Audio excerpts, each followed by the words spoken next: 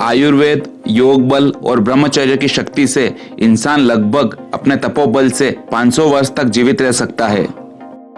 और हिंदू धर्म के अनुसार इंसान अगर संयम नियम का पालन करे तो लगभग 100 वर्ष की आयु तक जीवित रह सकता है। इसीलिए हिंदू धर्म अनुसार इंसान की 100 वर्ष की आयु के 4 भाग होते हैं। 25-25 वर्ष में विभाजित इन चारों भागों को 4 आश्रम में बांटा गया है: ब्रह्मचर्य आश्रम, गृहस्थ आश्रम, वानप्रस्थ आश्रम और संन्यास आश्रम। सबसे पहले बात करते हैं ब्रह्मचर्य आश्रम की, जिसे आमतौर पर जीवन के पहले 25 साल तक माना गया है। 25 वर्ष की आयु तक हर व्यक्ति को ब्रह्मचर्य का पालन करना चाहिए।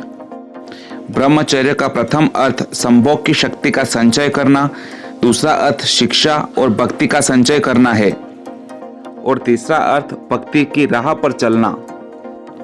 उपरोक्तानुसार बताए गए ब्रह्मचर्य के पालन से व्यक्ति के वीर्य का, शिक्षा का, विद्या का और भक्ति का संचय होता है।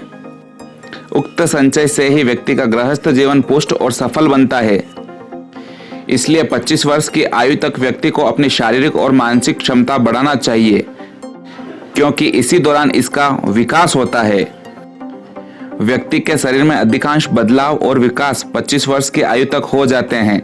अगर इसके पहले ही व्यक्ति अपनी शक्ति को बर्बाद करने लगेगा तो उसका गृहस्थ जीवन कई तरह के रोग और शोक से गिर जाएगा।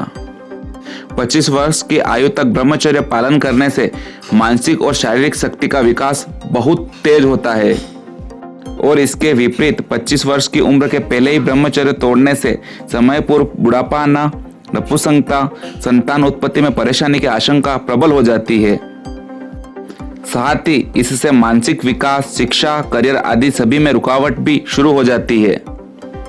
ये पुराने आश्रमों की परंपरा जब तक हमारे देश में जीवित रही तब तक यश, श्री और सौभाग्य में यह राष्ट्र सर्व शिरोमणि बना रहा।